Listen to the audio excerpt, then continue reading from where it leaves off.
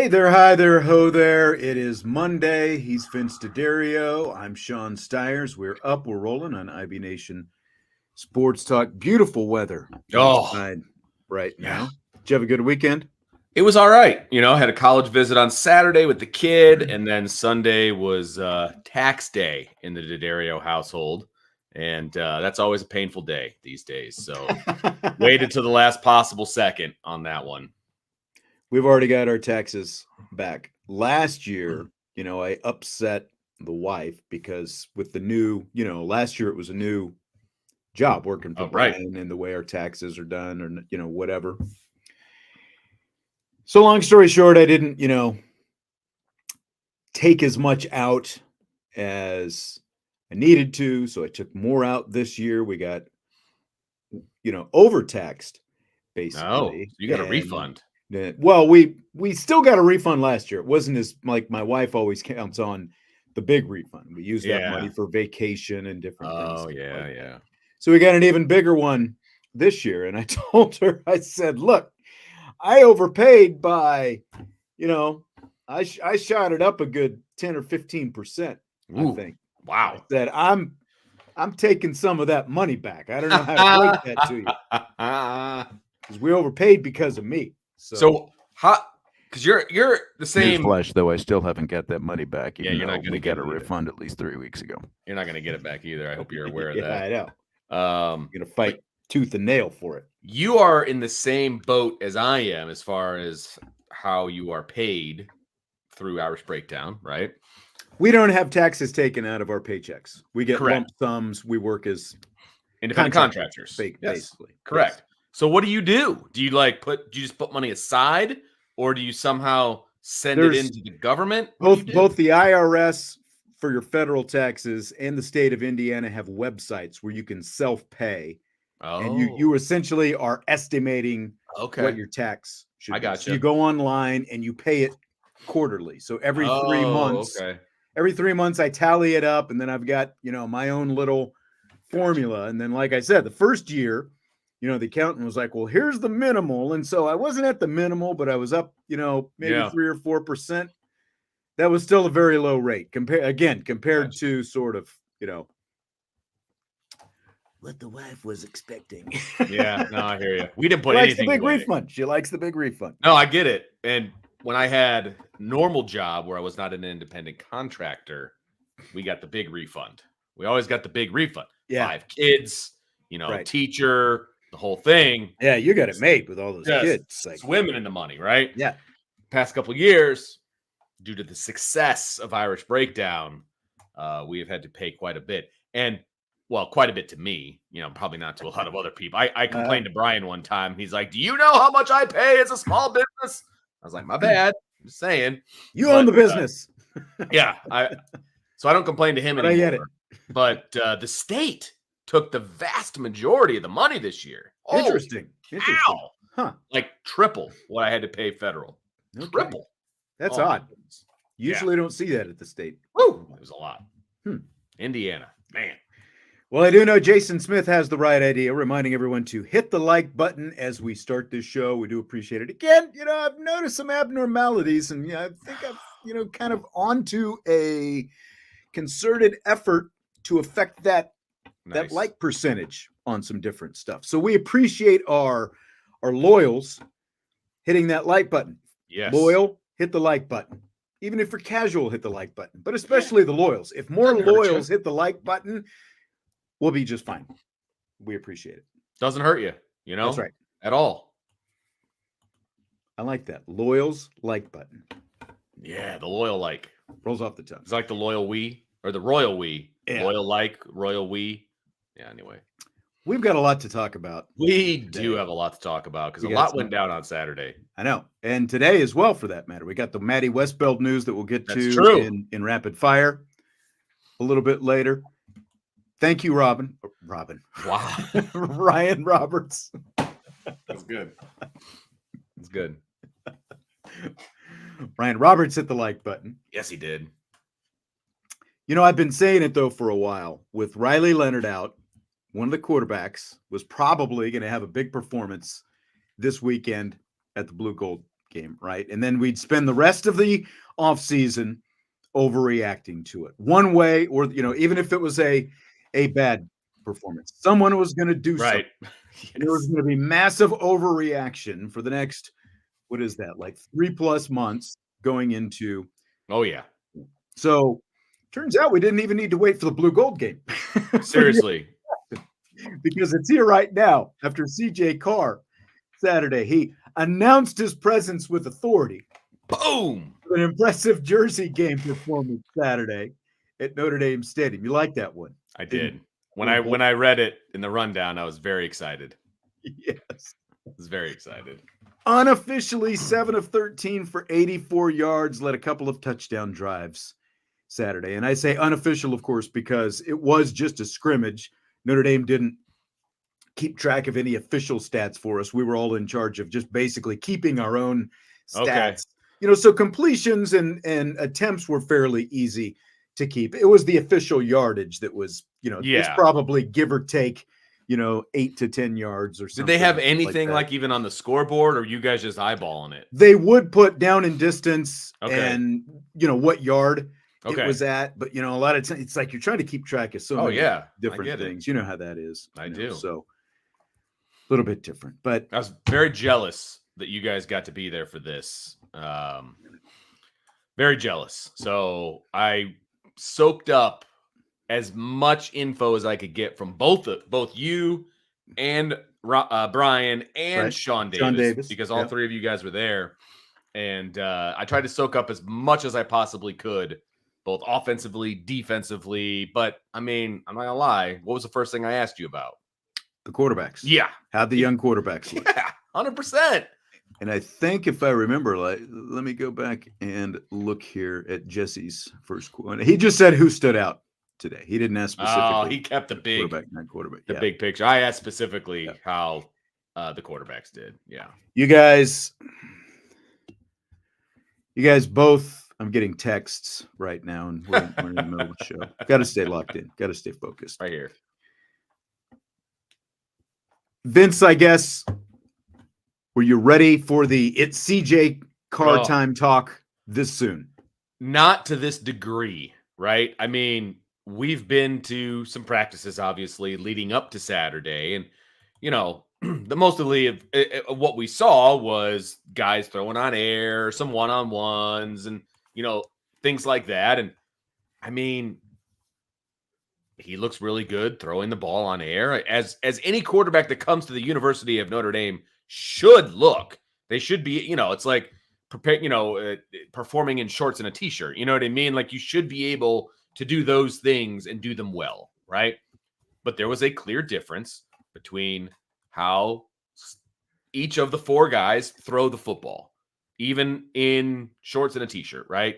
And I was curious to see if that would translate to, the scrimmage that they had, the legit scrimmage that they had. And at the end of the day, what you guys saw on Saturday, I think is more indicative of how things are going to play out as opposed to what we're going to see on Saturday, because the teams are all going to be mixed up. At least you had ones and twos, and you know what I mean?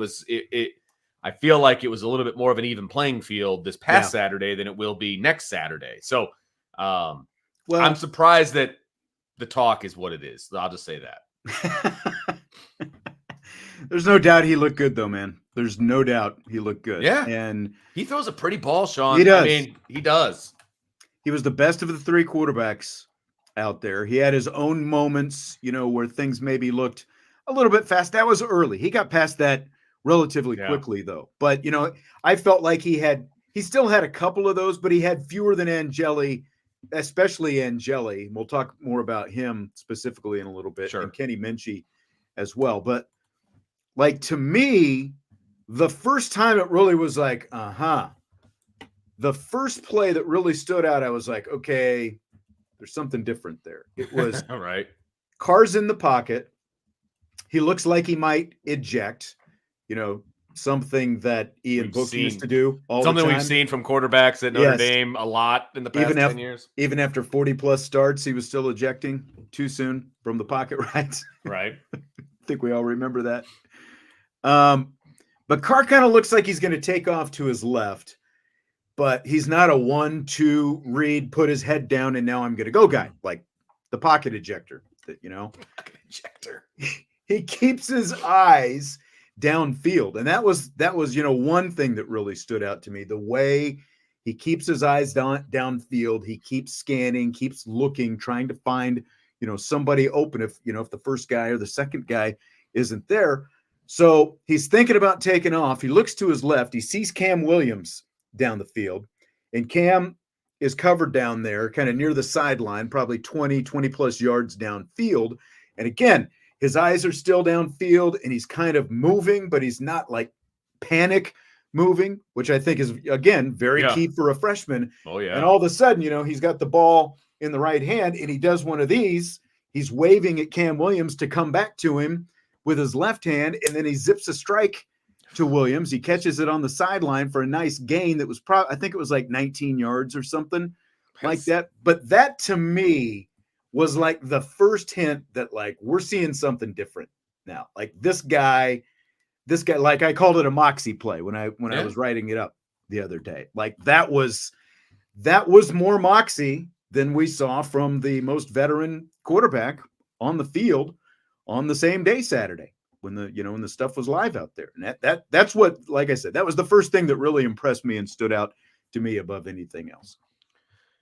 Yeah, I can only imagine because, he comes in, he's a different breed coming in as far as, his ranking and all of those other things. And he's obviously been tutored and coached by his dad, his grandfather. I mean, he's got the lineage. I mean, plain and simple, nothing is going to shake and rattle him.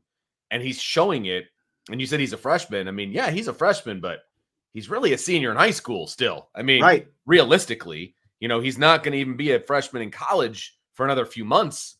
And so what he's able to do right now is very, very impressive. And I also want to say this because somebody put in the chat, I heard that he was doing it against third and second string defenses. True, but he also had third and second string offenses around him. That makes a difference. But okay. Go ahead. So I'm going to call you out now.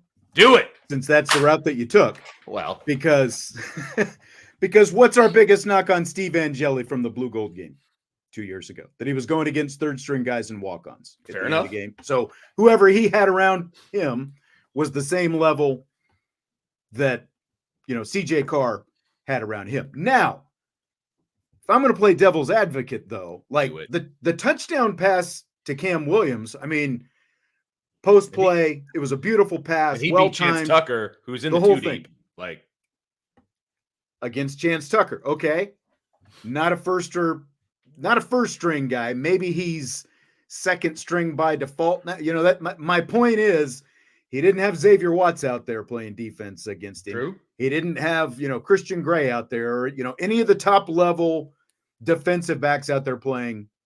And I'm not like knocking him for it because, again, like all the other things that you could see, the things that are within his control, they were all there. His ability to make the progressions, his ability to throw a nice ball, well-timed balls.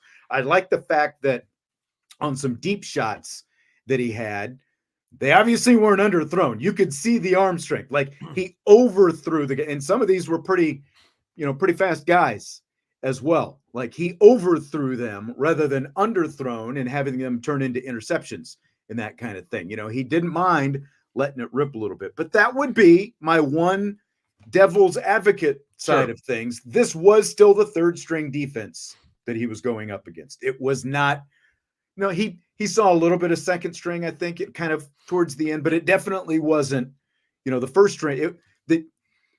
Overall, the level of defenses he was going against were not what Angeli and Minchey were going against. Fair enough. If we're going to compare, and we're obviously comparing them because that's what everyone wanted to do right away, right? Was compare and say, and he definitely had the best performance. But to me, it's like the varsity guy playing against a bunch of JV level guys, right?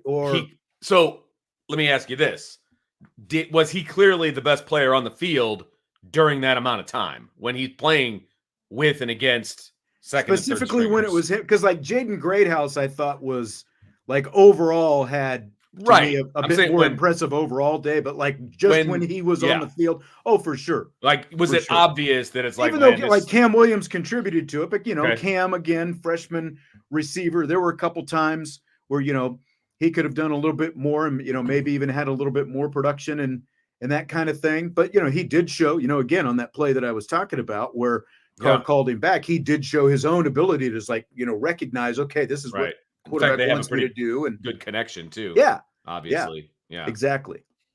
Right. So, I mean, you know what it's like when you go and you watch like a youth game, and then there's like one kid that it's like, yeah, this kid should be playing up. You know what I mean? Like this kid's better than everybody else on the floor. It feels like he's that guy when the third stringers are out there. But I'm also asking because I wasn't there. You know what I mean? I'm just going off of what everybody else was saying and what a great, spring game he had, and or not spring game, but Jersey scrimmage and all these different things. He clearly stood out and played about as well as he could against who he was playing against and with who he was playing with. Which I guess it doesn't surprise me that he played well.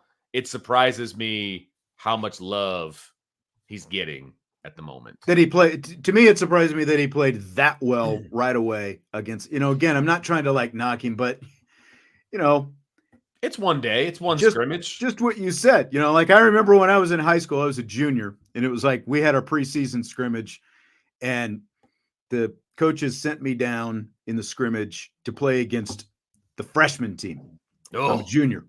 That's messed up. And they were like sending a message to me, trying to get under my skin. And they accomplished the mission. I was going to say mission accomplished. So like I'm out there and I played, you know how tall I am. I'm not tall by any means. I was like, I'm like 5'6", 5'7", 155 pounds as a junior, and like played kind of like we called it our monster back. It was like it's like a hybrid safety linebacker kind of thing. Comparable to Rover, didn't get to rush as much, but more like coverage and play against the run up close to the line. So like I'm out there and I think I'm Andre the Giant, right? I'm tossing these freshmen around and getting pissed off that I'm down here. And finally they called me, back down to the other end of the field. I'm like, but anyway, again, it's like there's a difference depending on what level of competition that you're playing against. And CJ Carr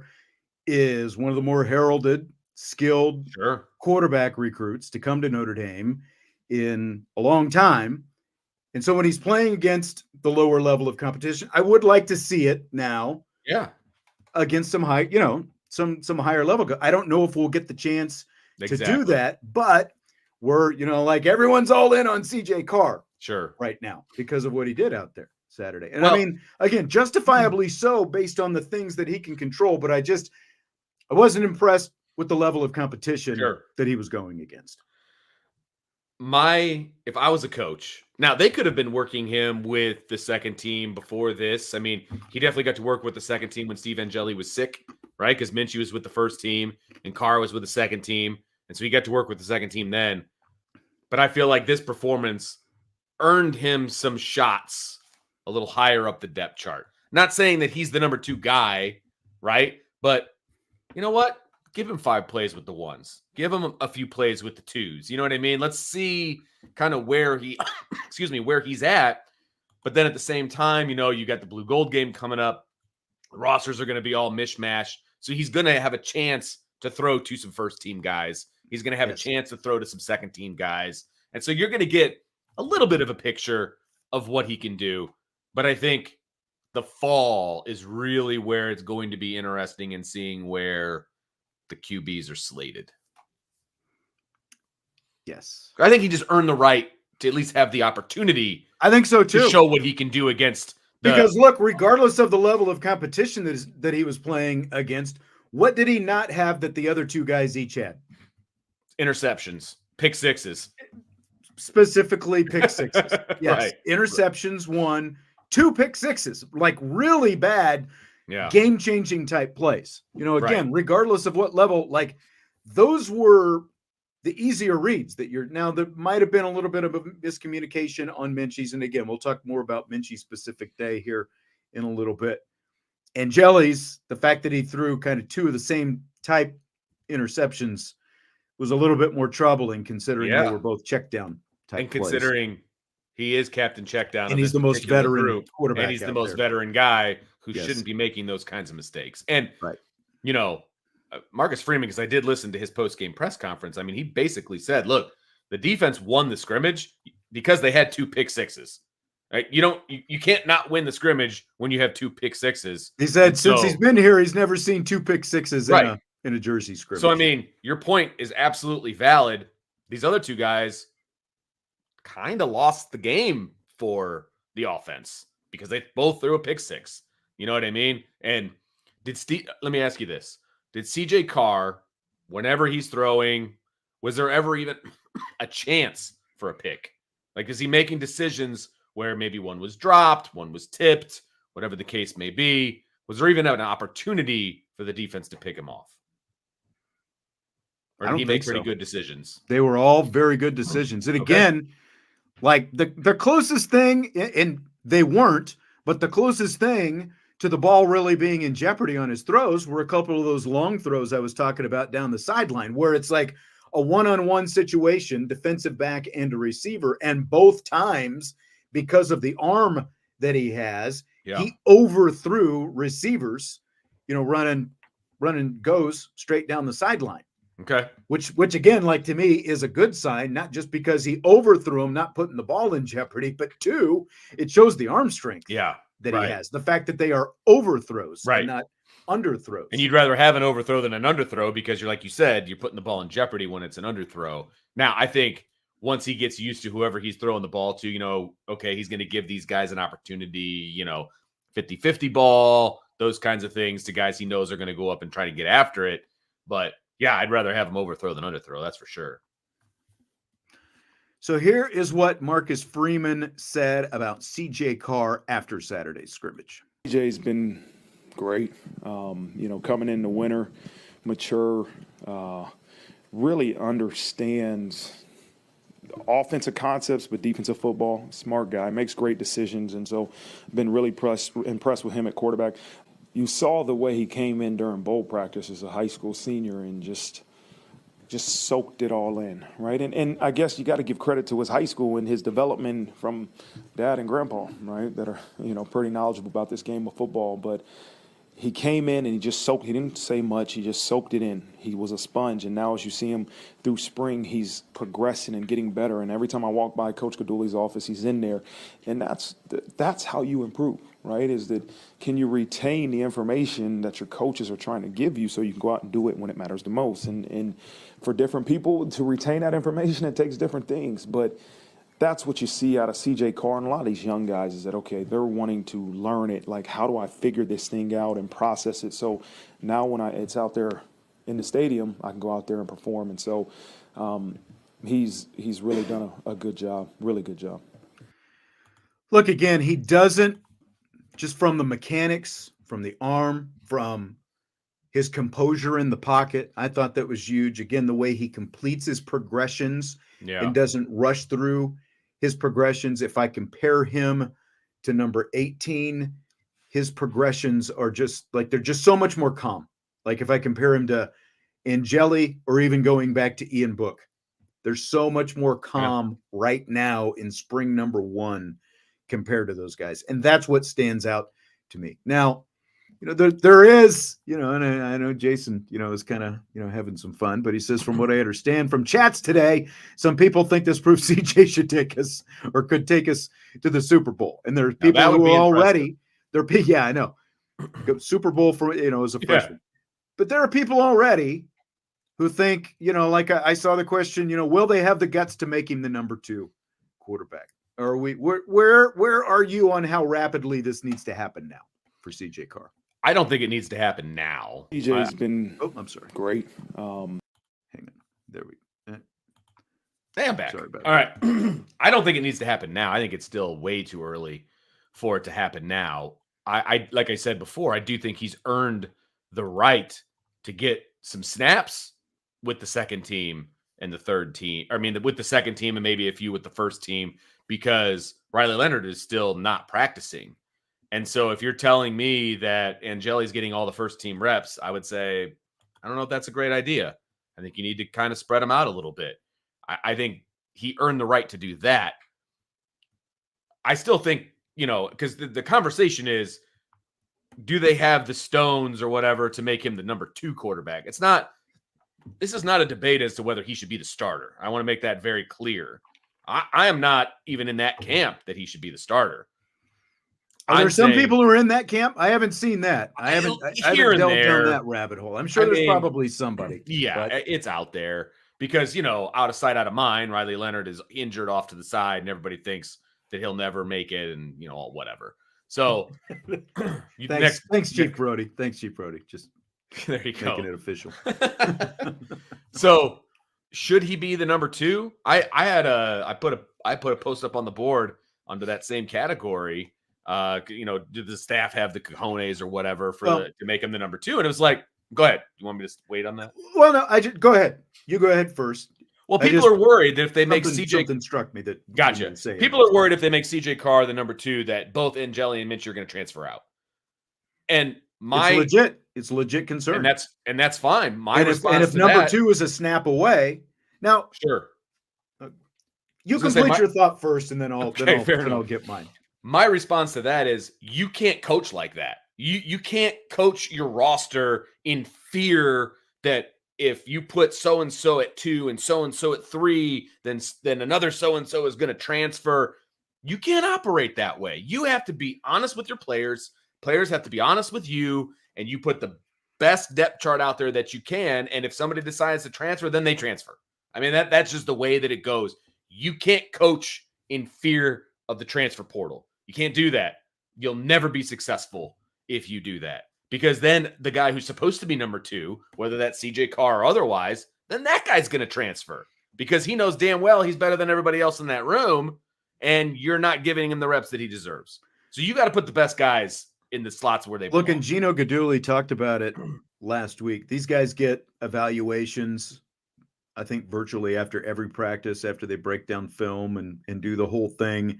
They know the grade that they're getting, and most likely they know the grade that the other guys in the room are getting. Like, they know their standing. They know what it looks like for them.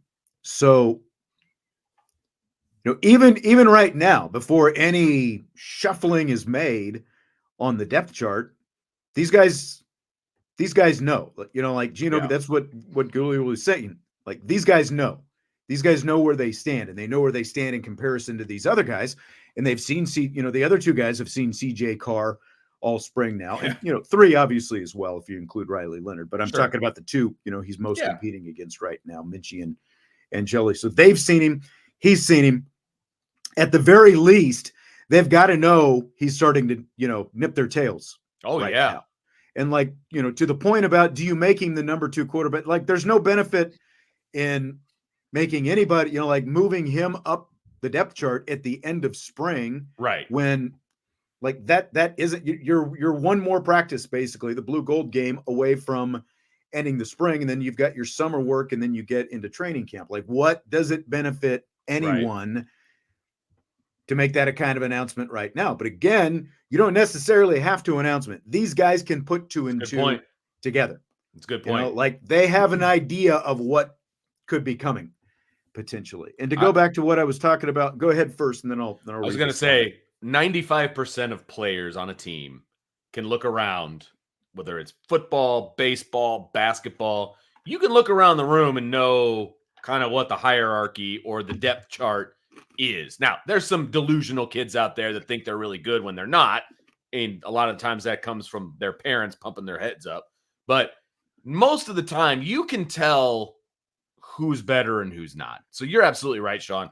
Those guys kind of know what the pecking order is going to be. And like somebody mentioned that tomorrow is when the transfer portal opens. Don't be shocked. And I'm not even saying the quarterback room. I'm saying don't be shocked at some of the guys that may jump in because they see the writing on the wall. Because that's what happens at the end of spring. I mean, it happened last year with Tyler Buckner, right? Clarence Lewis, Tyler Buckner, like these guys know where they rank and where they stand, and they want to go play. So they leave. Sometimes it works, sometimes it doesn't, granted, but these guys know that they know, and there doesn't have to be a formal announcement for them to, know what's going to happen moving forward. Now, Notre Dame says this kind of goes back to what I was talking about, the fact, that Carr did it against a third string defense. He said, I'm late, but Carr threw against guys that have been playing college ball for a year or two, which is also 11 guys that are better than any defense he's ever seen. Okay, true. But are we evaluating CJ Carr against high school defenses, or are we evaluating CJ Carr against potentially elite Power 5 defenses? Because that's the comparison. If he's going to get on the field, it doesn't matter that the guys on the third string are better than anybody that he's ever seen before. What matters is, can he do it against the guys who are potentially going to be the best guys on the other side of the ball? That's right. That's the measurement. Well, that's the bar. Yeah, that's what the other Dame. two guys are going against. Absolutely. And you're at Notre Dame. That is the bar. That is how you should be judged.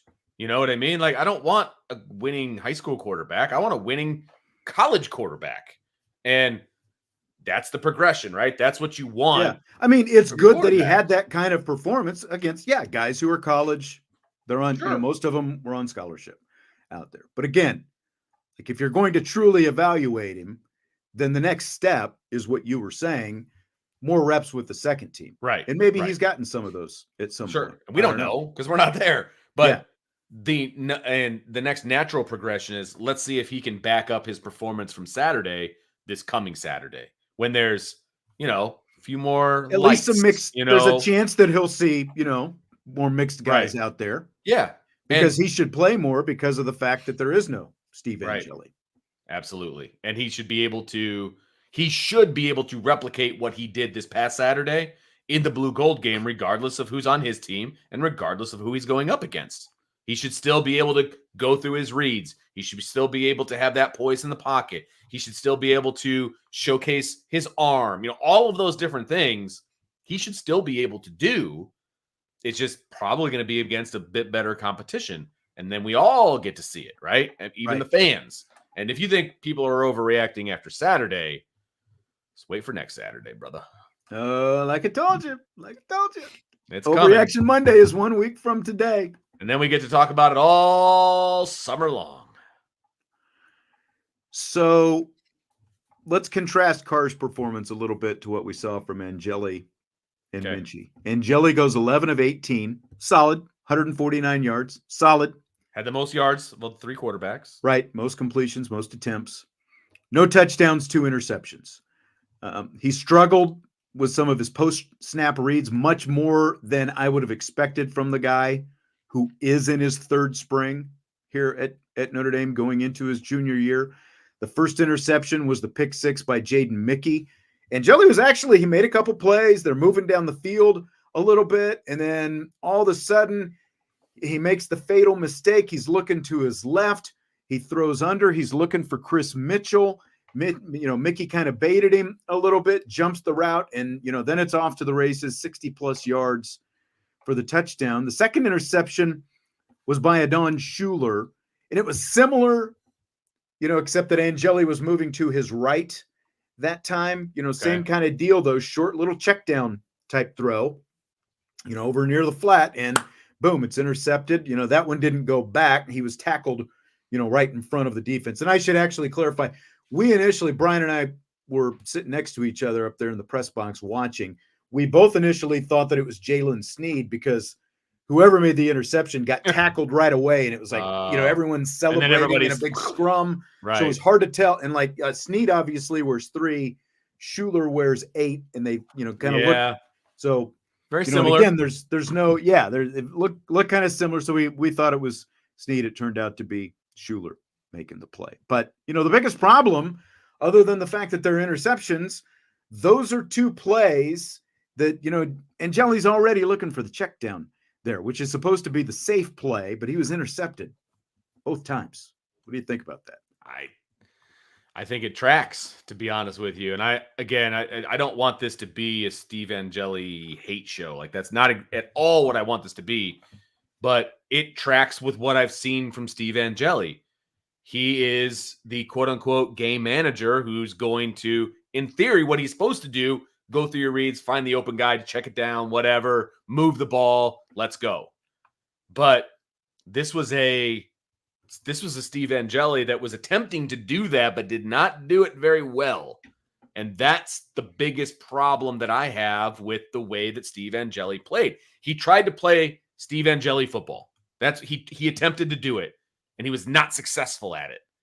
And to use Steve Angeli football is like play it safe, check down type football. 100%. It's Ian Book football. I mean, right. That's what it is.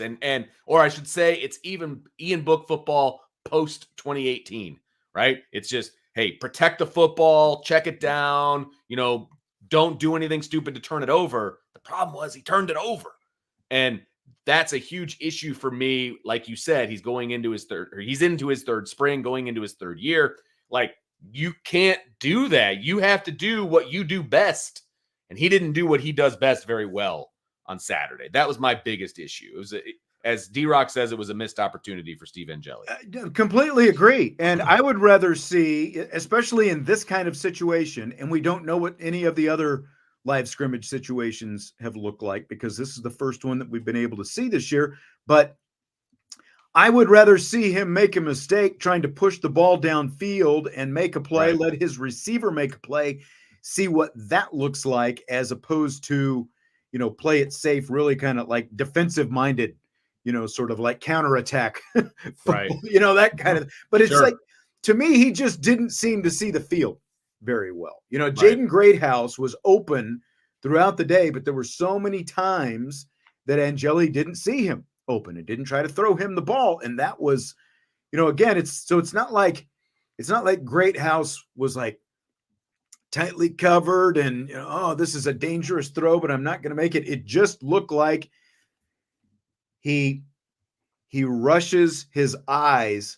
so much and is so unsure of what he is seeing when that's what it looks like to me, that he gets through that quickly. And so now it's like, okay, now I got to check down because I went through this. I didn't see what I needed to see, but I'm over here. But to me, it's like, in part, he's probably feeling some of the pressure. Sure. Maybe even external pressure, that kind of stuff too much, as well as the literal pressure on the field, because they were getting good the defense was getting pretty consistent pressure throughout the day. That can affect it as well. But he just feels jittery in the pocket to me. And like he's going, like the eyes just scan too quickly. And when you do that, obviously, you're not only going to see covered guys, but you're not going to see guys like Jaden Greathouse wide open for some easy pitch and catches a couple times. And that's a huge problem. I mean, use the weapons that you've got around you. You've got to be able to read the defense. You've got to be able to do those things and get the playmakers the football. I mean, again, a game manager is not an insult at all. 49ers had a game manager, took them all the way to the Super Bowl. You know what I mean? Like, I watched Iowa State play Notre Dame, and I was not impressed by their quarterback. You know what I mean? Like, it wasn't all that impressive, which is why he was the last guy drafted. But he can read a defense, and he gets the ball into the hands of his playmakers, and that's what wins them football games. Steve Angeli could be that guy. The problem is he's not showing that he can be that guy on a consistent basis. And I hate to – every time you describe to me – and again, you were there, I wasn't. Every time you describe to me what you're seeing from Steve Angeli, it's like I have night sweats about Ian Book. Like that's what I think. It doesn't sound that it's not that dissimilar, is it? And Ian Book is a much better athlete than Steve Angeli, and his legs got him out of trouble a lot, right? And he used that to his advantage. And Steve doesn't even have that going for him. That's an even bigger issue for me. And so, again, I'm looking forward to Saturday to see because this is an opportunity for Steve too on Saturday. Because I mean, it's still an opportunity for all three of them. Absolutely. Because it is still absolutely like as much as like we in the media got to see that, and I think it's important that we got to see it Saturday because we did get to see live reps, ones versus ones and twos versus twos, and so on. And it gives us, but it also now gives us something to compare and contrast this Saturday to. We're not just getting one snapshot. We're at least getting two. And I mean, as any coach will tell you, the more body of work that you get, the better that, the more that plays into your evaluation. And they obviously have more than us. But I'll tell you what, Vince, I was expecting to see Steve Angeli with the kind of stuff that we described, even with the check downs and whatever it happened to be. I was expecting Steve Angeli to come out Saturday and run a pretty efficient looking offense that was probably going to find the end zone, at least a couple of times. They got in field goal range once, but Gita hit the left upright and didn't kick the field goal. But I expected just to see him run a pretty efficient offense, and then we're going to have the blue gold game coming up this week. Like then I expected to hear, this big argument from the Angeli crowd about this guy needs to be the starter. I was not expecting to see what we saw Saturday afternoon. That was farthest from my mind going into that scrimmage Saturday. Yeah, no, I agree. And then kind of in the middle, you've got Kenny Minchey. And Kenny Minchey is different than both of these guys from the way he plays the game, by the way. He's more the gunslinger, trying to fit it into small holes. And, he's a little bit more rough around the edges, but has a bunch of arm talent, that kind of a deal. And I think he kind of displayed who he was on Saturday. I mean, correct me if I'm wrong, but that's kind of who he is. And that kind of fits him right in between. Does that make sense, what I'm saying here? Okay. Yeah, for sure. Kenny Minchey goes 4 of 8, 33 yards, no touchdowns, 1 interception. He did run for a touchdown. Overall, solid. Right. Solid, not spectacular. I thought overall he had a better day than Angeli. But he also seemed unsure in some of his progressions and reads at times. And that kind of, but the scrambling and the running was what stood out with Kenny Minchey, because that's something that we hadn't really seen from him before. And that is a different element. And there's at least still, I see more ceiling still for Kenny Minchey. Right. I guess is what I'm trying to say. And he's not as polished as CJ Carr coming into Notre Dame. I mean, he's just not. Even right now, CJ Carr is the more polished quarterback than Kenny Minchey. That doesn't mean Kenny Minchey's a bad quarterback. He's got a lot of gifts, and he's obviously a good runner. He's got a strong arm. And I will say this, when we're watching the guys even just warm up, he throws a good ball. And it comes out fast, right? He doesn't have the long windup that Steve Angeli has. He gets rid of the ball fast. He spins it well coming out of his hand. Like, he throws the ball well, and he knows he has a strong arm, and he, generally uses that to his advantage. Now, he's going to get into trouble sometimes, as he did on Saturday, throwing the pick, right? But he's going to take chances too. He'll push the ball down the field. He'll do a lot of those things. He is literally the in-between of Minchey, of Carr and Angeli, because he's got a little bit of both of them, right? You got Carr's like that polished classic quarterback who's going to stand in the pocket, go through the reads, get the ball out quick, do all of those things. Angeli's more the game manager. And then you've got Minchey, who's kind of the gunslinger, ready to run, ready to fit the ball in a tight window. You know what I mean? It's just, we've got 3 quarterbacks, and we're not even talking about Riley Leonard. Notre Dame has 3 quarterbacks that are they're completely different from each other. Completely different, And I think that is intriguing.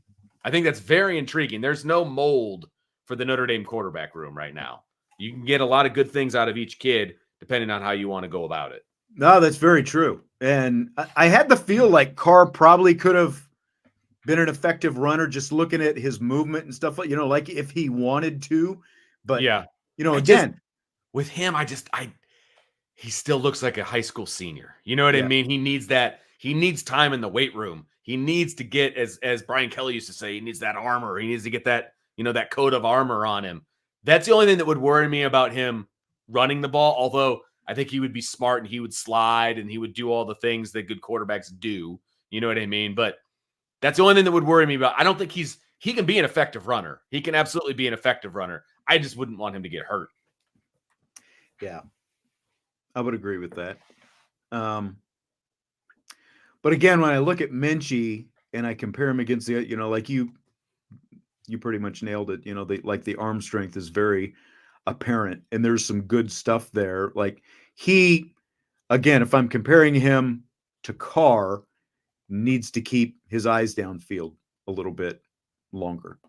Just Agreed. Simple stuff like that with the progressions. But because similar to Riley Leonard, because there is running ability there, he can make up for some of that if he does decide to take off. He can be a difference maker, I think, with his legs. Yes, if he has to.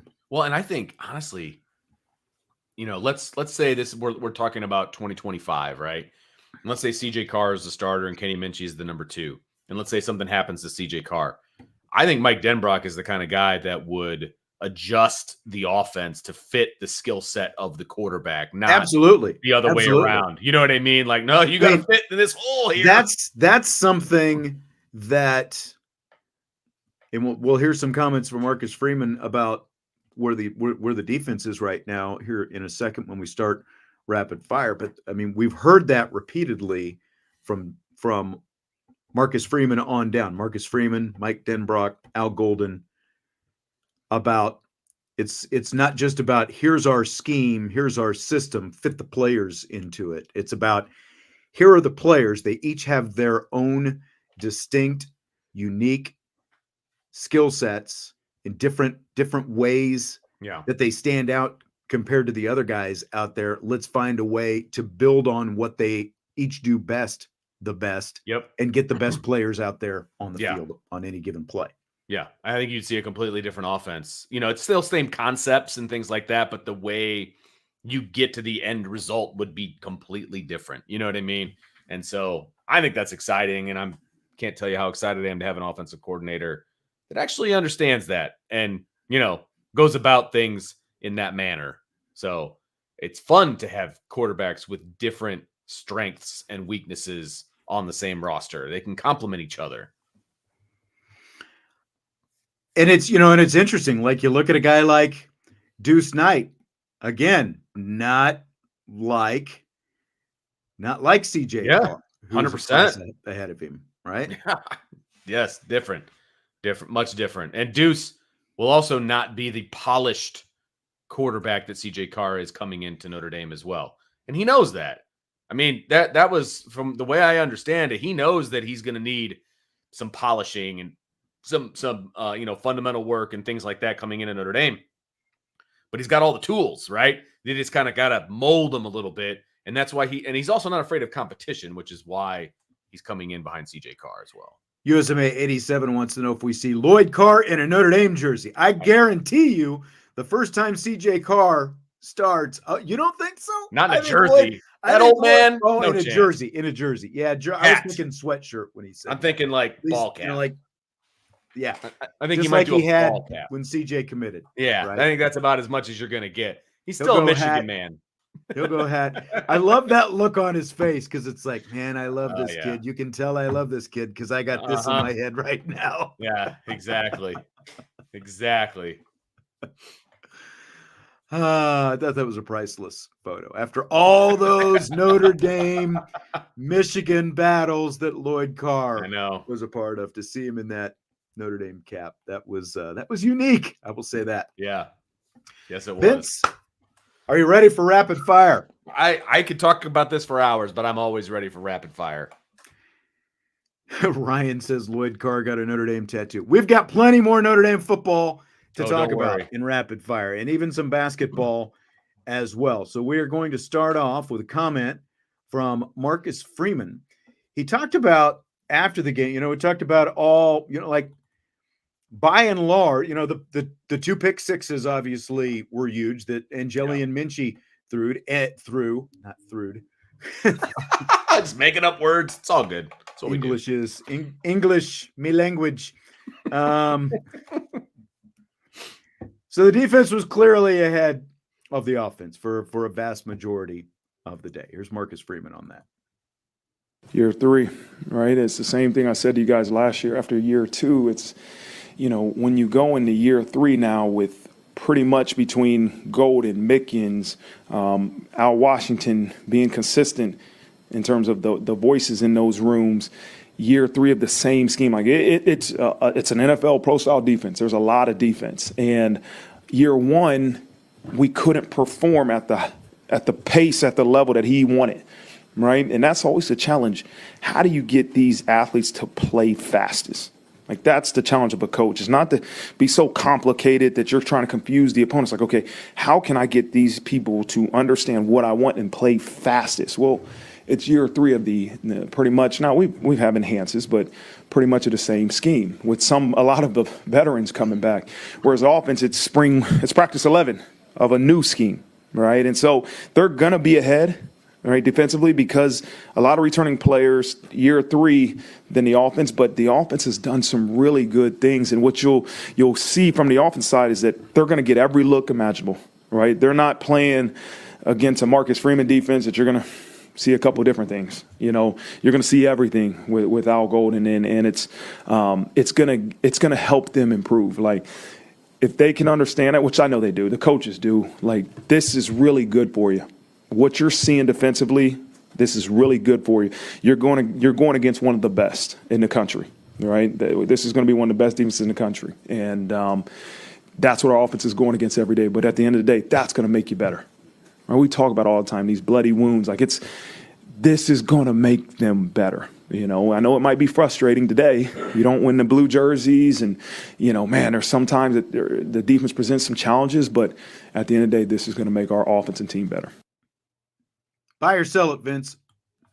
Oh, I buy it. I mean, he's all in on the defense, number one, and saying that they're going to be one of the best units in the country. They should be, and I think they will be, right? And he's absolutely right that those guys on defense are in year 3 of that defense, and the guys on offense are in year 1. I mean, it is what it is. They're probably going to use similar terminology, and there's going to be things that they're doing that are the same or whatever. It's still coming from a new place, and they're doing different stuff. I mean, we've seen enough to know this is going to be a different looking offense. And so I would expect the defense to be ahead of the offense right now. But we also saw the offense have some success here and there too. And so I still think there's a lot of excitement surrounding this team as a whole, but I absolutely buy the fact that the defense should be ahead of the offense right now.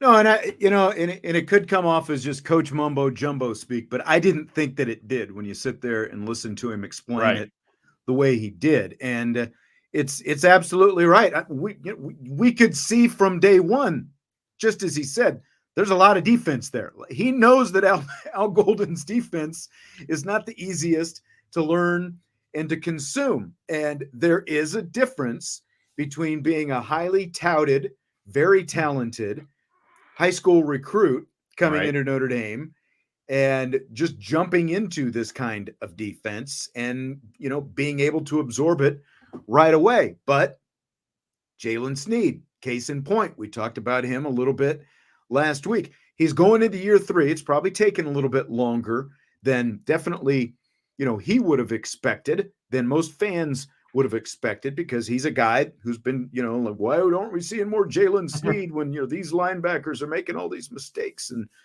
everything else. But he's a guy that Max Bola's been talking pretty highly of this spring. Like, the flip finally switched for Jalen Sneed, and he's playing at a higher level now. It's just maybe taking him, one, a little bit more time for all the, for everything, to sort of absorb, and 2, to commit to it the way he needs to, because that's something that Marcus Freeman and Bola have talked about as well. Just the different level of commitment that he's shown, because there are more complexities. Oh, sure. And so, just what you said, you would expect year 3, you've got all these young, talented guys running around out there, but they don't look like chickens with their heads cut off. Yeah. They're not hesitant because they don't know what to do. They're still out there making plays, because all of them has been in the system for, well, obviously with the exception of the freshmen, for at least a year.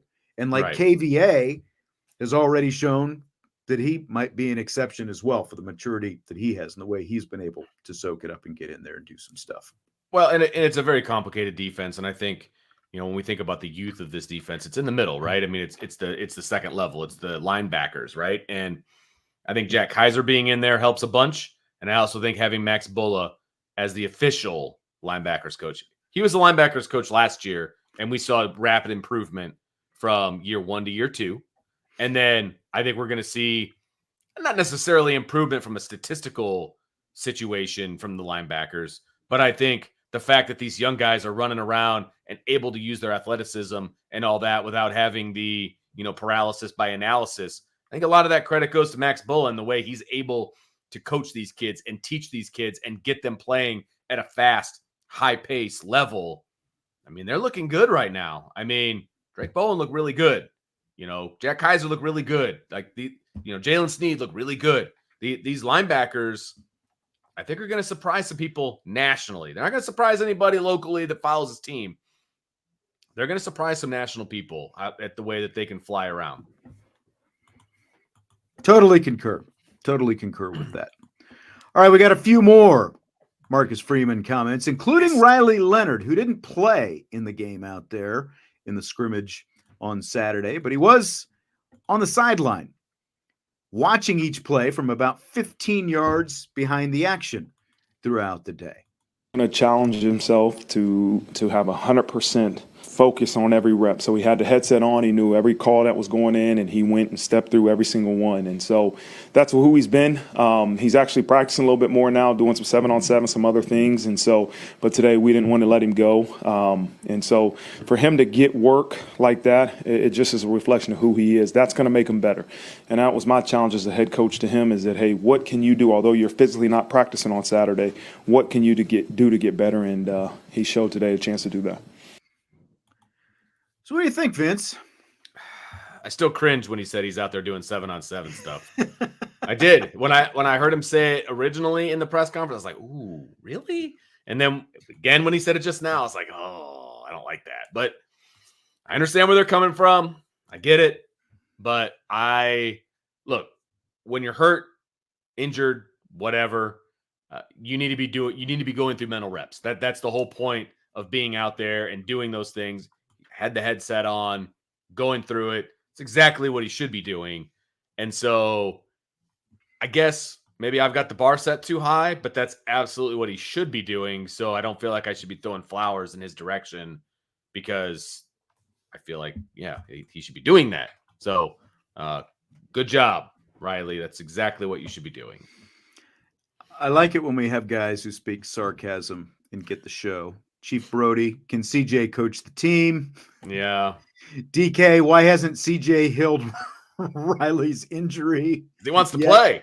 I mean, yeah, if he's that good, he should just be able to, lay hands, and that thing is good to go.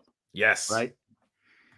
But Joe, if Riley's in the gold game, I'll be very disappointed in the Notre Dame stuff. I don't disappointed is not the word. Happens. Pissed would be the word. I'd be like, what are you thinking?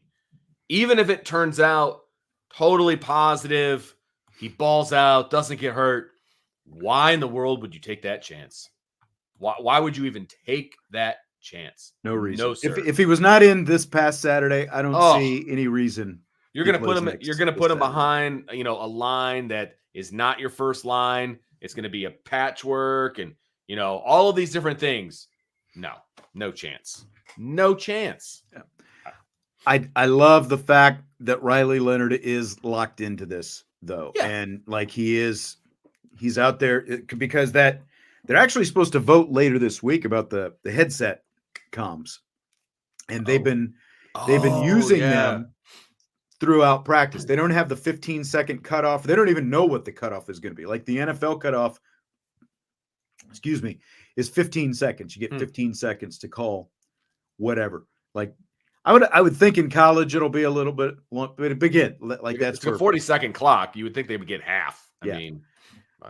But he was wearing the headset so he could hear what was being called. He was watching the other quarterbacks as they went through it. Literally, it's like that's really all that Riley Leonard needed to do this past Saturday. That's all Riley Leonard needs to do this Saturday. Completely 100%. Down with that. I think it can have some help. And as I've said a million times already, June and July are when Riley Leonard is, really going to be. He'll be able to make up for the lost time. I'm not Sure. worried about it. Just in terms of getting out there with receivers and running backs, doing some different things, running plays, like doing all that stuff on their own, because quarterbacks and the skill position guys do that all the time in the summer. Absolutely. And everyone, especially since they do have so many new receivers, you'll be getting Bo Collins in this summer as well, assuming he's healthy enough to go after, his minor thing. But like, you expect them to be out there, and I don't think that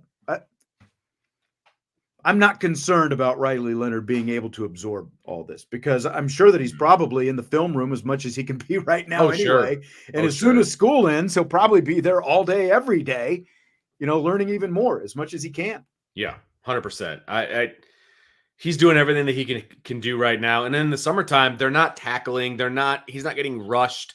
So he can do everything today, probably, that they're going to be doing in the summertime. You know what I mean? Outside of maybe some of the workouts and things like that. But as far as like getting the relationships down with his receivers and all that, he'll be fine. What they need to do on Saturday, he needs to be standing right next to Marcus Freeman, on the field, behind the offense, and they can throw a mic on him and they can interview him, by Peacock and, all that other crap. Like, do that and he'll be fine. And he'll still win the hearts of Notre Dame fans with his, charisma and everything else. Yeah.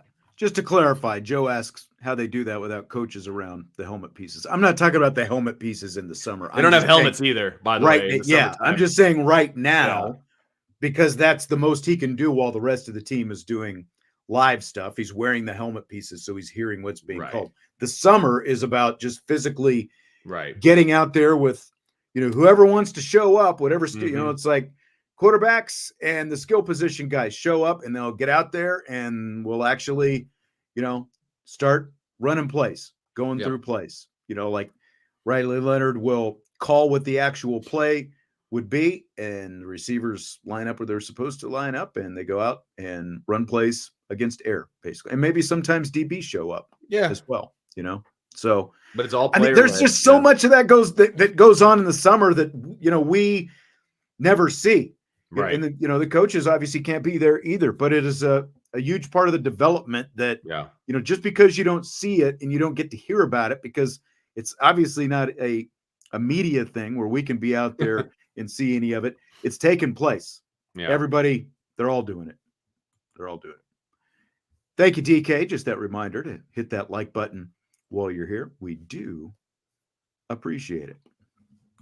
Yeah, like Josh says, Bo is at practices, but he can't participate. Because he's doing the online stuff through Clemson. And he'll be done soon. I mean, all the colleges are graduating here in the next couple of weeks. Right. But that's what I said. As soon as the semester ends, he can be on the field. That's what I was referring to. He actually out there on the field and doing all that stuff that I was talking about. So more on the offensive side of the ball. Jaden Greathouse was pretty hard to cover Saturday. I think his natural position coming into Notre Dame was probably a slot receiver, and out of necessity, out of really the confidence he built in our coaching staff last year, we had to put him outside and do some different things. Now, going into year 2, he's built the capacity to be effective inside as a slot receiver or go outside. And so to have a guy that can do that, it's going to truly benefit us. So what kind of season do you think Greathouse needs for Notre Dame to be successful offensively? How much of this is reliant on him? I think they're going to move him around a bunch. I think they're going to put him in the slot. They're going to put him outside. They're going to look for matchups where he can be successful. I mean, he's WR1 right now, and I'm not sure it's all that close, to be honest with you, Sean. And I think he's staring a 1,000-yard season right in the face. I said it. Here it comes. Vince's first 1,000-yard prediction. I'm just saying, I think that if he stays healthy, and that's a big if because he had the hamstring last year, and he was not the same guy from that injury to the end of the season. He was not the same guy. But if he's healthy and the talent of the other receivers around him, they're going to have to one-on-one cover him. And this has as much to do with Mike Denbrock as it does to Jaden Greathouse. Because I think in the past, Greathouse would have had his position. He'd play that position, and that's it. And if he was open, great, and he got the ball, great. I think Mike Denbrock sees Jaden Greathouse and what he is, and he's going to move him around. Well, he's going to make him into a 1,000-yard receiver. And don't forget, they tried to move Jaden Greathouse around as well. He just wasn't as successful outside as he was when he was in the slot either. And obviously his own injuries played into it. Unfortunately, he's already injured again this spring with another hamstring. But I think you're exactly right. It's the guy who proved, because of like the glut at slot and the fact that Faison can be such a weapon from the slot, that especially necessitates Greathouse, because of his body size and his skill set, has got to be able to do some things in those outside receiver, positions as well. But you're exactly right. They are going to move him around. That's what you do with a great receiver. You are able to move him around and challenge him to be more versatile. And he has shown that he can be more versatile. I'm not going to make the 1,000-yard prediction. I'm not making a prediction, but I think if he's around 60 receptions, at least 60 receptions, that's going to be really good for Notre Dame's offense. That's going to pay big dividends if he's at least in that 60 reception mark. All I need him to do is be healthy all year. If he's healthy all year, he's going to rack up the yards and the catches. That's a good point. We just say that. That's what he needs. Just stay healthy and it's going to come, right? If he's healthy, it'll be natural and he'll be just fine. He'll be just fine. Yep. Jason says if he's healthy, he'll have 1,000 yards. Ray's predicting 77 catches, 1,100 yards. Man. Woo! That's 77. That's a Did big nobody number. learn their lesson last year from all these predictions we made about the Notre Dame receivers? Seriously. Nobody came even close. Like, we're going off the deep end again. I know.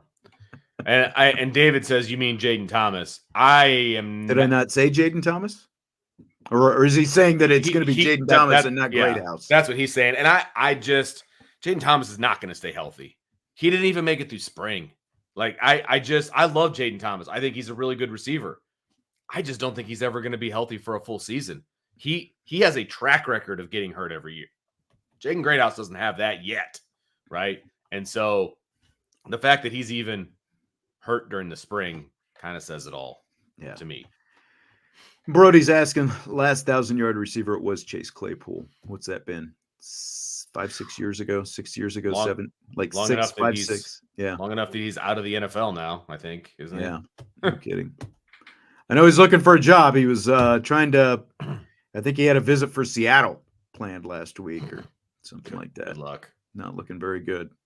Fill in the blank. Maddy Westbeld announcing her return to Notre Dame today for her 5th season of eligibility is blank. Fantastic. Not unexpected though. I mean, based on the fact that she's not going to be drafted in 18 minutes when the WNBA draft kicks off because she didn't put her name in, led me to believe that she was going to come back. I don't see her as like a transfer person, or that kind of thing, but I still was waiting for the announcement. You know what I mean? I still wanted to hear it from her. And luckily she brought that out. And I mean, it just makes this team so much. They're just going to be so good next year if they're all healthy, man. And she was very short and to the point. Yeah. And, not the most specific with the announcement. She said, not done, in a little shamrock emoji. And that was it. But it is huge because you look at she, Hidalgo, and Citron combined for something like 55 points a game last year. Just those 3 on their own. And then you add Miles to the mix. You add Kate Koval to the mix, whoever they bring in via the portal. You get some of these other players back. It's like, I think that they could end up with one of the best, if not the best and most dynamic offenses in the entire nation next year. Yep.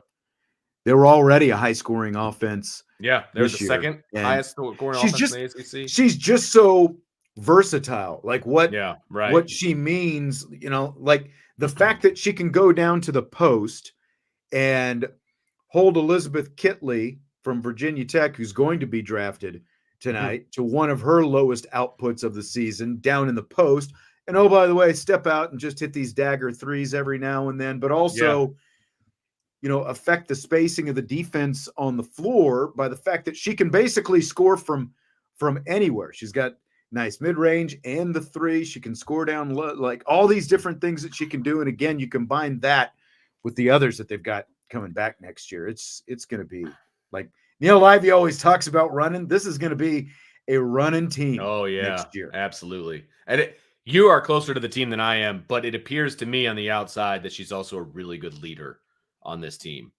And so I feel like that can only help, coming back. And look, this is going to be like a Phil Jackson moment for Niele Ivey. She's going to have to manage some egos because there's a lot of talent on this team. There's only one basketball, right? True. And so, she's going to have to, and I'm not saying egos as in like a bad thing, but you got a lot of talent on this team and she's going to have to manage that. And I feel like having a leader like Maddy Westbeld on the team is only going to help that. I mean, David, this is what I was going to say when you talked about the leadership, when she called the players only meeting. Yeah. That was the pivotal point in the season. She's the one who got that started after the loss to North Carolina State. And then they rattled off all the wins after that, won the ACC championship and, obviously ended up in the Sweet 16. So huge for Notre Dame with Westbeld coming back. So are we waiting for any more announcements or is the roster set from last year to this year? I realize the portal still hasn't been. I think that's it because to be honest, I wasn't exactly sure what Nat Marshall was going to do. And she obviously announced hers. Again, the two announcements last week were not the most surprising because when you start to look at what the rest of the roster is going to look like and what you just said, there are only so many basketballs. And when you've got that many kind of top end players who you've got to figure it out, the players who are the depth players, it becomes a little bit more difficult for them.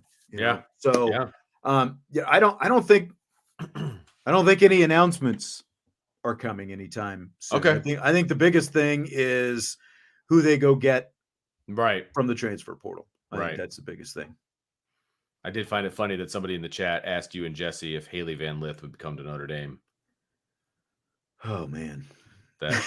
I listened to all your shows last week and that made me laugh. I got a good chuckle out of that one. Yeah, I don't see that. Sorry, I didn't see that. David asks if Kylie Watson's expected to come back or is she done? She is, especially because she is injured. I think that the biggest question with her is just what her availability is going to be in terms of her timeline recovering from the knee surgery. So that'll be the biggest thing. And that's, again, I would expect that because of that, they're going to go out and get at least one post player, if not maybe more than that, out of the portal this offseason. Fill in the blank. It's blank that the first house Newt Rockne lived in South Bend is being moved so that condos can be built on the original side of the home. Kind of sad, I guess, but that also shows progress, I guess, whatever. But like, where are they moving it to? Like on campus someplace or? I saw something tweeted about this and it was like a few blocks west is what it said. So I don't know exactly where the landing spot is going to be. I mean, they're not tearing it down. Right. I mean, it's good that they're at least not tearing it down, but it's like Notre Dame, Newt Rockne, again, they're keeping the house intact, which is good, but feels like historical enough that almost could have bought the place and turned it into a museum of some that was going to be my sort. next question. And just, then you explain while the townhomes are being built around it. Oh, by the way, that's the Newt Rockne Museum sitting right there. That was going to be my next question. Is it just sitting there empty? Is somebody living in it? Do they use it as a museum? All of those things. They should absolutely have it as a museum of some sort, maybe restore it to what it used to be and, that kind of a thing. And having talked to a lot of people in sports information over there at Notre Dame and the administration over the years, there are essentially up above the in the Joyce Center, kind of in the attic, there are endless storage areas. Up there. And there are a lot of really cool, like old artifacts from that time period as Oh, well wouldn't that be that are fun just to get in sitting up there there? in boxes doing nothing Oh, right now. And that's like, again, like Newt Rockne, it like when you think of Notre Dame football, you think one of the first things you think about is the history and tradition of Notre Dame right. football. Who was at the front of the history and tradition? Newt Rockne, right? Yep. Like it seems pretty simple to me that you erect the Newt Rockne. And I suppose you can do it on the wherever they land this place as well, but it needs to be a historical landmarker in this town. And it would be cool if they did something like that. It seems like it would be pretty simple. I would think so. I would too. So you mentioned that you heard the shows last week. Did you hear Jesse and I talking about this Apple TV invention? I did. I was shocked that Jesse is such a downer, by the way. But Jesse, continue. we had a little talk after last week's show. And the Did last you? couple questions of that particular rapid fire, which I guess was Thursday, Okay. he was like getting a little grumpy there at the end. I don't know if it came off like if you were watching video or listening to the podcast. I was listening in my car. He was getting a little grumpy. And I'm like, we ended the show. I'm like, so you didn't have more to say, like I kind of called him out, like, so I'm sorry. I was, like, I think something in the chat set him off, and it was a relatively long show because we did all the draft stuff in the first segment, and we were, so like for us, it was a little bit longer than usual. But yeah, I think you're right, Joe. I think he was hangry. He just needed a Snickers, is what it came down to. But so he wasn't that interested in this, but Apple TV, Friday night Major League Baseball, you can get on there and you don't have to listen to the TV network guys. Very simple, couple clicks of the remote. They give you the option right on the screen. You can listen to either of the home team radio broadcasts on Apple's Friday night baseball. I tried it Friday. Like I had seen it. I'd seen it when we talked about it. And so I tried it Friday and I was like, this is pretty cool. And what they do, like while the game is going on, you're getting whichever team's radio broadcast and whatever they're talking about. As soon as they go to commercial, it switches right to the network TV commercial. So you're not missing out on any of that. As soon as they come back from break, you are right into the radio play-by-play. And the audio and the video were perfectly synced up. Like there was no lag time at all. It was awesome. I can't believe more people haven't done this already. And I just hope people follow suit with this. Like, especially like NCAA tournament, March Madness, like those kind of things, playoffs and stuff like that. I think that is an awesome thing with all the satellite and cable services.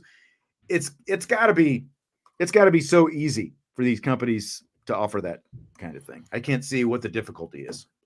I don't think it is difficult, number one. And number two, I know like back in the day, people used to do this kind of thing all the time and they would try to sync up. Like I've tried to sync up your voice to the women's basketball game, like watching it on TV, and it's a pain in the ass to do.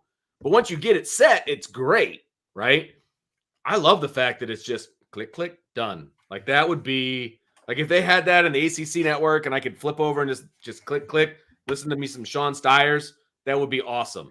Like, last night, I think it was last night, I was watching the Cubs game, and Pat Hughes was on marquee, and he was the play-by-play guy on the TV side. So every once in a while, he comes over and he does that.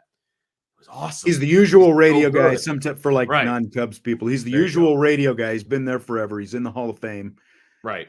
When Shiambi is off on Sundays, he does the Sunday TV. Sundays? Hughes does the Sunday TV. Okay, so it was Sunday. That's typically when he does it. He might have some other days, but makes sense. Seemed like watching last year. That seemed to be his standard day was Sunday when he would get more of that. And everybody's John is saying you can mute the TV and listen to the radio broadcast. That's true, but it's never synced up. You have to sync it up because there's always some lag.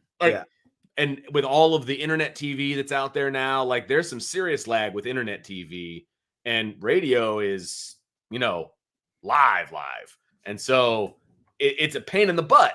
But if I can just click it, oh, that would be fantastic. I'm all for it. I was shocked at Jesse's take. to be honest with you. Shocked. He was Debbie Downer. Man. Like, of all the answers that he's had on this show, man, that one and his relatively, hot Hannah Hidalgo take a week or so ago. Those like two, I think they might have been both last week. They shocked me, more than any others, I think. But Father David makes a good point. It's an easy option, but is it a moneymaker? That is that's fair. If you market it right, it can be. Yeah. Like, I don't even think Apple really markets this thing and they offer it. Maybe you'd get more people kind of checking it out if you tell them, hey, you can listen to your home team's announcer, or like if with all the MLB package. Like, it seems again, it seems easy that this MLB package, because they do offer in the streaming package, you can get the radio broadcasts, but they are separate from the TV broadcast. But if you tell people, hey, pay $5 more, you can listen to your hometown radio broadcasts as well. Like, it seems like, I don't know how much people care about that stuff. Like, Sunday Ticket, NFL, seems like something they could easily do, especially since it's another streaming package. And you've got it all streaming. Like, for an extra $10, like, to answer the question about does it make money, extra $10, you have the option to listen to your hometown TV or your hometown radio announcers doing the call instead of the network guys, which typically, the network guys typically drive everybody the most crazy, right? Well, and that's the thing. It's like the radio guys in general. Radio guys are just better, and just in general. And that's a blanket statement, and I get it, but I just like listening to radio guys better. They just paint the picture so much better because they don't have the video to assist them, right? And it's a fine line to be a TV guy and a radio guy. I just like radio guys better, and I would listen to radio guys over TV guys almost every time. Yeah. To me, it's a much more enjoyable broadcast. Local guys know their announcers, and you have, like, what's cool about it is you have the option to do it either way. So if the radio guys start annoying you, just go back to the network guys. If the network guys annoy you, just mute the thing. Like, or listen to the other side, because what I did, the Royals were playing the Mets, and I've got the streaming package. I don't particularly like the Royals TV crew, not one of my more favorite, but I really like, the Mets, Cohen, Hernandez, and Ron Darling. I love that three-man booth. So this weekend when I watched Royals Mets games, I was actually listening to the Mets broadcast because I like that booth better. Huh. There you go. I do tend to like team-centered announcers. I do. I like listening to their broadcast too. A little homerish, but it's all good. Yeah. Don't disagree with that. Well, Vince, I think I've got one more question for you. All right. We had the Masters this week. Oh, this is a good one. Yeah, okay. Which are you more likely to watch more of on TV? A golf major, a tennis major, NBA finals, or the Stanley Cup final? Honestly, this one was easy. Although lately it's none of the above. Is that like E? The answer E. But if you're forcing me to rank them, more likely, I know, right? It would be golf. It would be golf. I would watch golf over all of those other ones. I can't stand the NBA. I just don't like watching it. I don't think it's a good product. That's me personally. I don't like watching it. That's one. Hockey. It's crazy that you still have that take that you can watch a college men's basketball game and tell me that product is better than the NBA product right now. It is to me. Because I am completely opposite. That's it. Hey, to each his own, man. That's cool. But I think it's predominantly caused by one and done and the transfer portal and the inconsistency, much more inconsistency in rosters and compared to the NBA and talent level. Obviously. And part of it for me also is I just like. And again, I don't watch that much NBA, but right. I'm just saying. I like to have a dog in the fight, and I definitely don't have an NBA team that I give a hoot about. You know what I mean? And so I think that's part of it too. Let me put it this way. If we had more people who watch and listen to this show who were NBA fans, I would watch more NBA just to be a little bit more familiar with it and bring up topics. Jesse watches a lot of it. I would do that, but we just don't have that many people who are interested. No, that's fair. It's like, it's not a good investment of my time when I'm trying to keep up with so many different things during the basketball season. But it would go golf, basketball, NBA. It would be golf, NBA, hockey, tennis.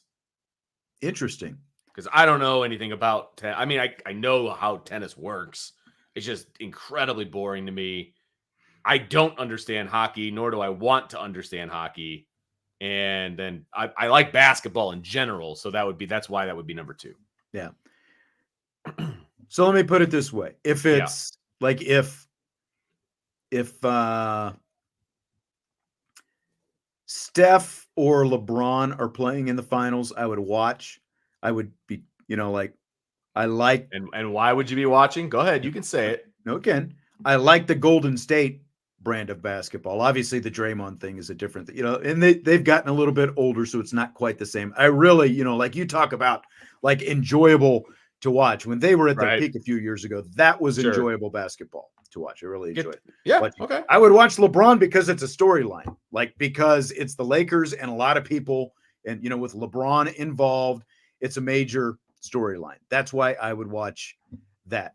But it goes back to tennis as well. I grew up when there were 3 channels on TV, and we actually watched every, with the exception of the Australian Open because of the time difference and the whole thing. But I religiously watched the 3 majors, but that's also because you had Americans who were involved. Absolutely. Whether it was Chrissy Everett, John McEnroe, Andre Agassi, Jimmy Connors, on down the line, and you had great rivalries of these great Americans with the others. So I used to watch a lot of tennis, and if we had that today, if we had those elite Americans who were involved, I would watch a lot more right now. But, just aren't.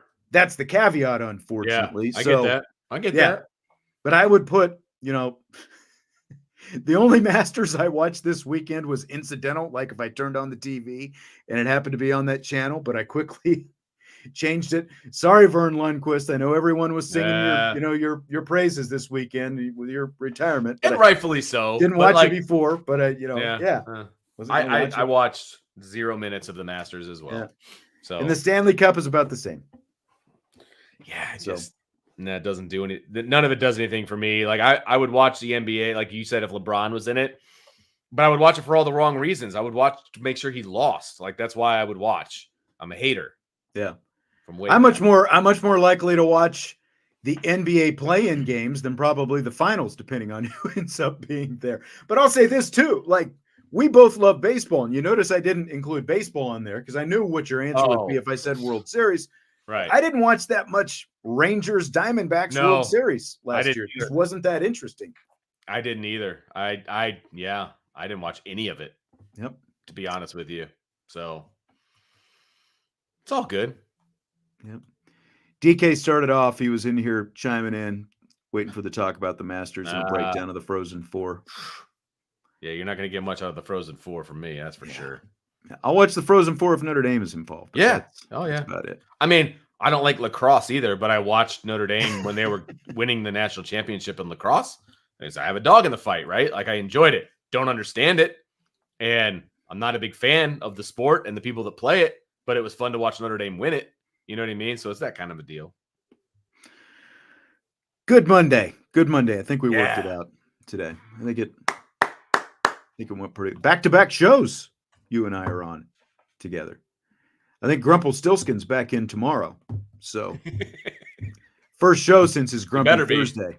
Yeah. It better be. I'll be at a track meet tomorrow, so everyone can give him a hard time here tomorrow.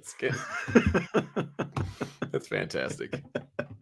I think as usual, well, as we have been doing the last couple months anyway, Ryan will be here. We'll talk some recruiting at the start of the show, and then Jesse will jump in and we'll have some rapid fire to finish things off. And already got a ton of things we can talk about. No doubt. In rapid fire. We've got so much going on right now. Blue Gold game on Saturday, and can't wait to get back out there to the stadium one more time for the last time until next September when we get our next home game, unless we get a practice or something that we get to go to during training. Yeah, they usually give us one open practice in the fall that's in the stadium. So say sometime in August, but they won't show us much. Follow Jason's lead. Be like Jason. Be a loyal. Hit the like button. all the loyals, hit the like button. All the casuals, follow the loyals and hit the like button. Just follow the loyals to the like button. It's all you have to do. That's all you got to do. It's easy. Just Be an algorithm buster.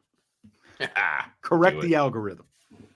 Do it. That's our new motto. Correct the algorithm or I something like that. Hashtag.